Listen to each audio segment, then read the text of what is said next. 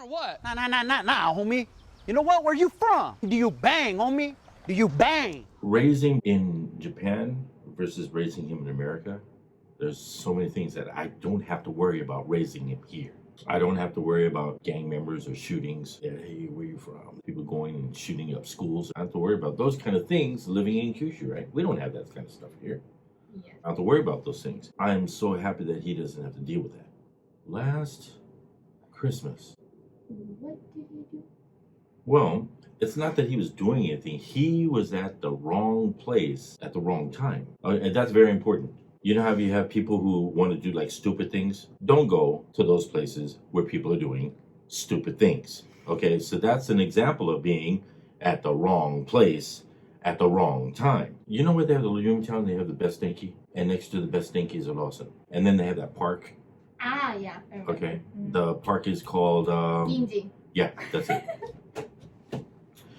But anyway, it was it was Christmas Day, and he went to that Lawson with his friends. They rode their bikes down there. So they start hearing firecrackers. Bam, bam, bam, bam, bam, bam. They're going off, right? On Christmas night. On Christmas night. I don't know where they got them from. But there was a group of kids, okay, who were at that park setting off fireworks. And it's a residential area.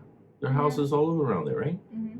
So the people who live in the houses, what they did was they Called the police. exactly. So Roman and his little group of friends were looking, well, what's going on over there? And then they knew the kids who were setting off the fireworks, right? So they said, hey, come over here, we're setting off fireworks. And then the kids were like, the Roman's group of friends were like, hey, we shouldn't go over there. Let's just go see what they're doing. Whew! The police pull up. Maybe like 3 or 4 cops jump out of the car. Okay. The boys who were setting off fireworks, they get caught. And then there's 2 other police officers who are running after Roman. His friends, who he was with 2 friends, they ran different directions. Roman's running straight. They chose to run after Roman. And you got 2 police officers chasing after Roman. And then so they catch him. It's past 10 o'clock and I'm calling his phone. I'm like, where's this kid? He's supposed to be home by 10 o'clock. Eventually, somebody else picks up his phone. It's a police officer. Mm-hmm. And they tell me what happened. They told me we need to come down to the police station and pick him up. So we go down and they told us we had to wait. We waited for 3 hours while they interrogated him. And then so when he comes out, we don't say anything to him because one thing about Roman, he doesn't lie to us because he has no reason to lie to us. The police officer, he's saying this is what happened, this is what happened. We're just looking at Roman. He's like,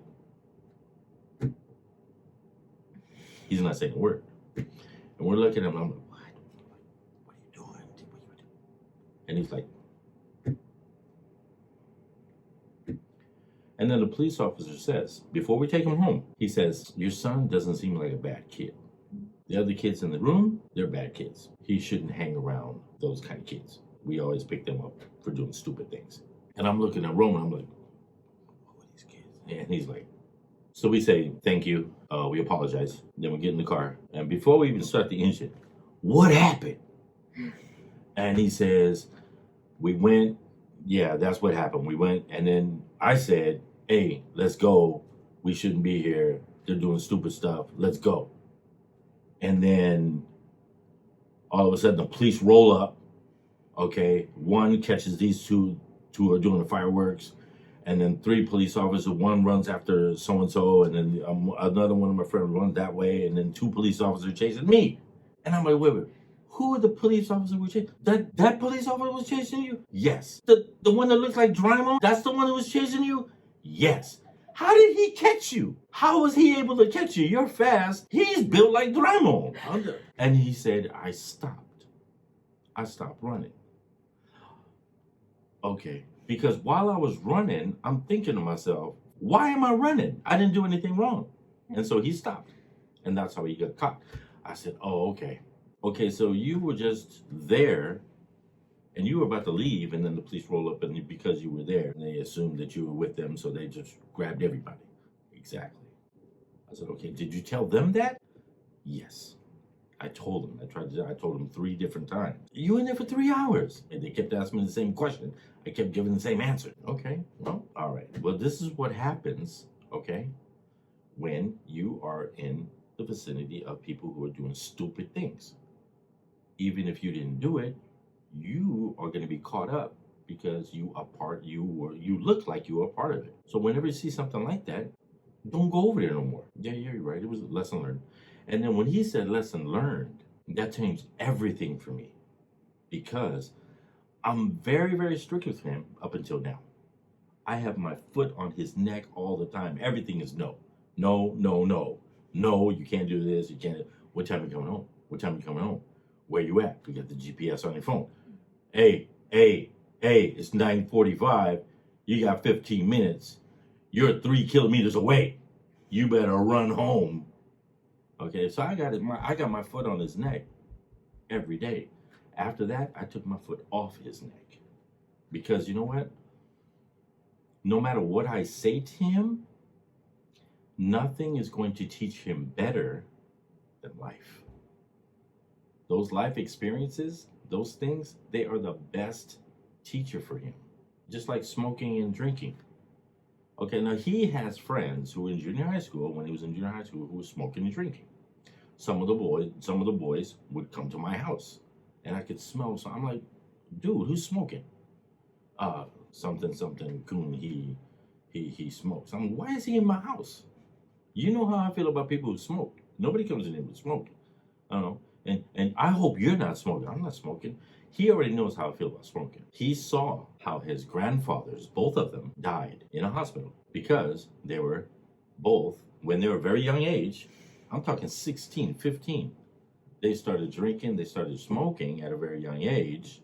And even though they quit, all of that drinking and smoking that they did eventually had already done the damage to their body.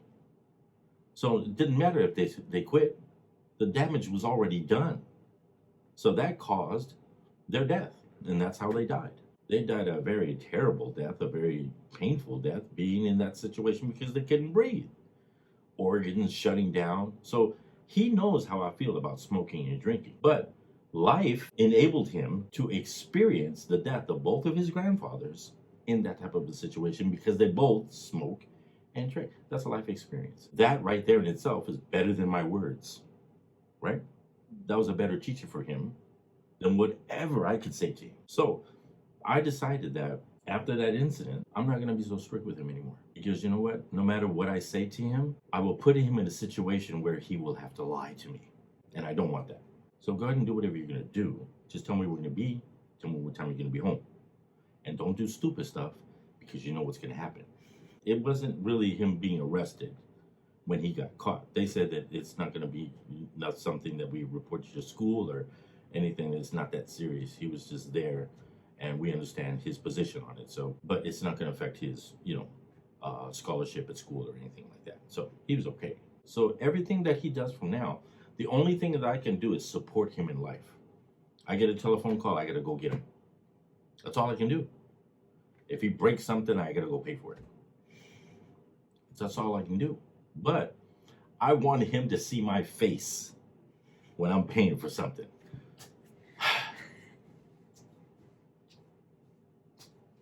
But that's all I can do because I'm his father. But no better teacher in life than life. Your parents want to protect you, just like you were saying, your dad wants to, your mom wants to protect you. Of course they do. If you listen to them, that's great. But if you don't, things tend to happen. And then that's when life is going to teach you a lesson that you don't want to be taught. Life will teach you a lesson that you do not want to be taught. You could have avoided that if you just listened to what they said. Okay, but kids are kids. I was a kid. My mother used to say this all the time. She says, when you get older, I hope you have a kid just like you. And I would say to my mother, Ma, your dream came true. He's exactly like me. It's good to listen to your parents. You should. They should give you freedom to make your own choices. Yes. And trust you to make the good choices and not the bad ones. But if they don't give you the chance to make those decisions or those choices, how are you supposed to learn, right? Right. And if it's good, everything works out, and you're doing what you're supposed to do, that's great. But once you start slipping, once you start messing up, that's when life steps in. And life teaches you lessons that you don't want to be taught. You could have avoided them. That is why I am not so strict with Roman now. I let him do whatever he wants to do because he's going to do whatever he wants to do, regardless. He'll lie to me, and I don't want him. I don't want to put him in a position where he's going to lie to me. Do what you want to do, but do what you're supposed to do, and don't do meiwaku. Do not cause meiwaku to other people. Don't do it. Do the right thing. People do the right thing.